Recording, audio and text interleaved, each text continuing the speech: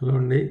ఈ పేషెంట్ చాలా అధిక గురకతో, అధిక ఒబిసిటీతో బాధపడతా ఉన్నారండి. ఈ గురక ఎంత భయంకరంగా ఉంది అంటే కూడా మనం చూడొచ్చు.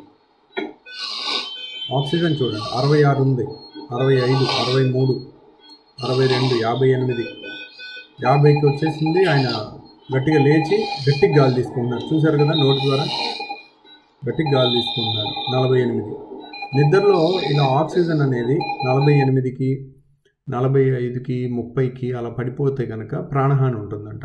ఎప్పుడైతే కనుక ఆక్సిజను 30 కన్నా పడిపోతుందో ఒక్కోసారి కొంతమందికి గుండె సడన్గా ఆగిపోతుంది ఆక్సిజన్ అందక. కాబట్టి చాలామంది ఒబిసిటీ ఉన్నవాళ్ళు నిద్రలో చనిపోతారు. దానికి అతి ముఖ్యమైన కారణం అధిక గురక.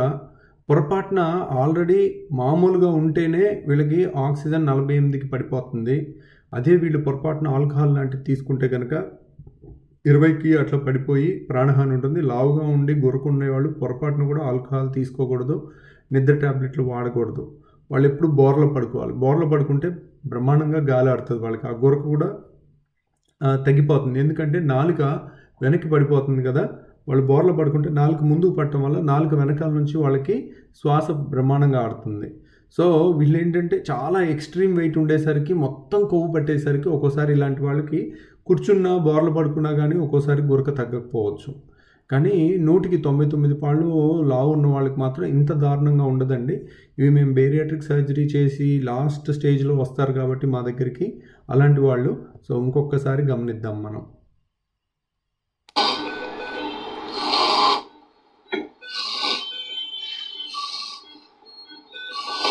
62, 58 పాపం.